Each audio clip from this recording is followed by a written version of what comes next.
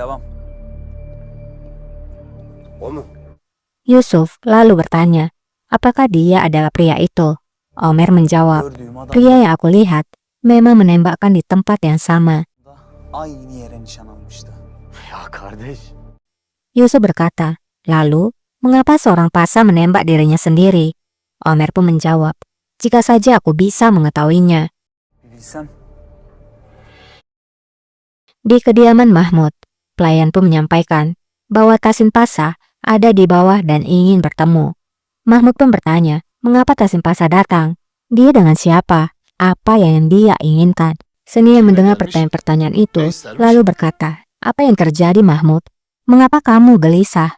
Mahmud menjawab, tidak, aku tidak gelisah. Tapi ini sudah tengah malam. Kami adalah pasah. Banyak hal yang ditakuti. Bukan untuk diri sendiri. Maksudnya, untuk negara. Şükür. Kendimiz için değil, devletimiz. Affedin paşam. Su da almanızı istedi. Sizi Pasha pun akan pergi. Pelayan berkata lagi, tapi Pasha, Tasin Pasha memintamu untuk membawa mantalmu juga. Dia tidak datang untuk melihatmu, tapi menjemputmu. Setelah mendengar hal itu, Mahmud semakin gelisah.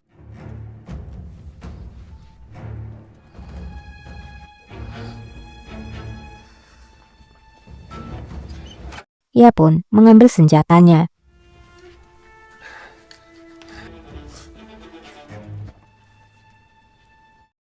Seniha yang melihat diam-diam pun, ia berkata, apa yang akan kamu lakukan Mahmud? Karena tahu Mahmud pergi, Seniha pun melakukan pencarian atas kunci yang dikatakan oleh pangeran sebelumnya.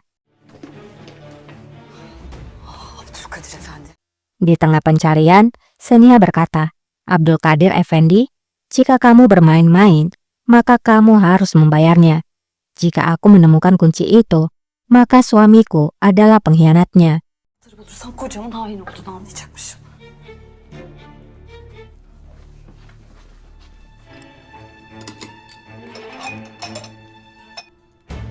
Apakah Seniha akan menemukan kunci itu?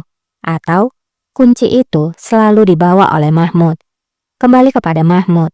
Setelah sampai di suatu tempat, melihat ada banyak penjaga dan Kapten Jalal di sana, Mahmud pun bertanya, Hayırdır? ada apa ini Tasin Pasha? Tasin pun menjawab, mengapa kamu sangat khawatir Pasha?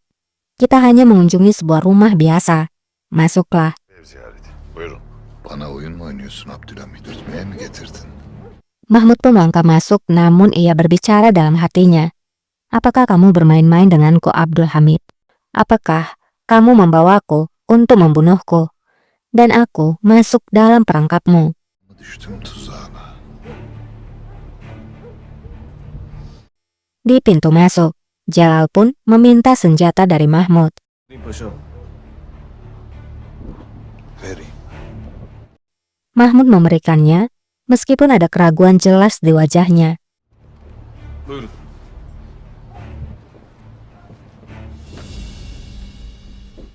Di dalam rumah itu, sudah ada Sultan yang duduk menunggu. Sultan lalu menyuruh Mahmud untuk duduk.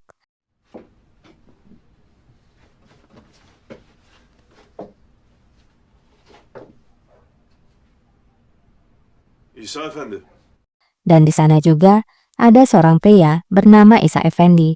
Jadi, rumah itu adalah milik dari Isa Effendi. Sultan juga menyuruh pria itu untuk duduk. Gel otur buyur. Gel otur. Sultan pun kemudian memperkenalkan Isa pada Mahmud. Isa Effendi adalah pekerja di gudang senjata. Tidak lama, minuman pun telah datang. Tophanede hamallık yapar. Hünkârım. Isa lalu berkata, Sultanku, tidak ada kopi di rumah ini. Sultan mengambil gelasnya dan berkata, mari kita minum susu yogurt ini tanpa ada kemungkinan diracuni. Şöyle güzel bir ayran içelim. Mahmud Pasha pun akan mengambil yogurt itu. Dan Sultan berkata, minumlah Mahmud Pasha. Ini adalah susu yogurt enak dari Isa Effendi, minumlah. Mahmud pun meminumnya.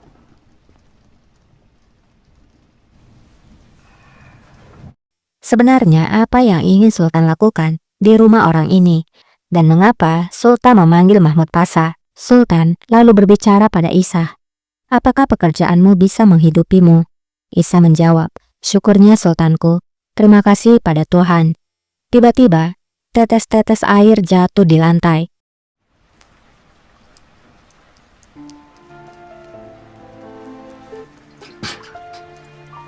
Dengan segera, Isa pun menampung air hujan itu dengan ember yang memang sudah ada di sana.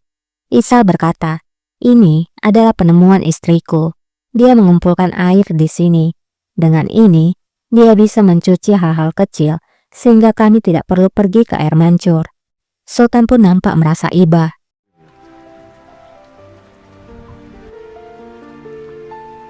Sultan bertanya, berapa anakmu? Isa pun menjawab, aku punya 5 anak. Karena salah satu temanku meninggal, kami juga membawa anaknya. Sekarang, kami pun memiliki 5 anak. Isa lalu memanggil istrinya yang bernama Asiye dan menyuruhnya untuk membawa anak-anaknya. Anak-anak itu pun berdatangan. Asiye Hanım, bizim veletleri gönder. Gelin bakalım. Ya sen gel bakalım gel. Maşallah.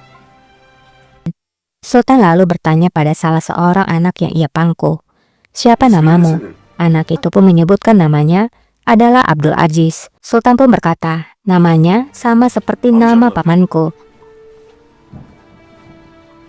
Sultan lalu berbicara pada Mahmud, aku melihat nama Isa ada dalam daftar salah satu penyumbang untuk rel kereta api. Jadi aku pikir kita harus mengunjunginya.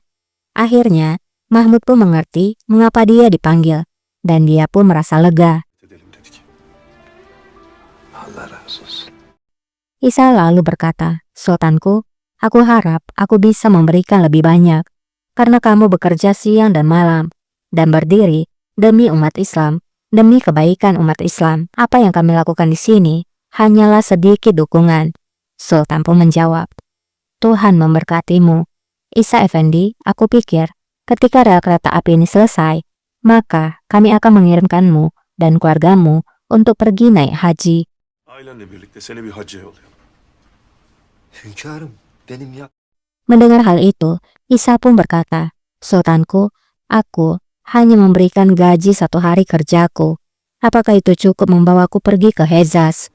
Hicaz'a gitmeme yeter mi? Yeter de artar. Sultan pun menjawab, itu lebih dari cukup Isa Effendi. Biarkan aku menceritakanmu suatu kisah. Ketika kakekku Sultan Fatih Mehmed Khan mendirikan Masjid Al-Fatih, dia berkata kepada pekerja seperti ini, Bu benim hayrım olsun. selama pembangunan Masjid Fatih Sultan Mehmed Khan, ini adalah keinginan dari Tuhan. Masjid ini dibangun dari harta pribadiku, dan tidak ada bantuan yang akan diterima bahkan segelas air. Bir tas su dahi olsa. Allah ecrini arttırsın. Isa pun menjawab, semoga Tuhan membalas kebaikannya.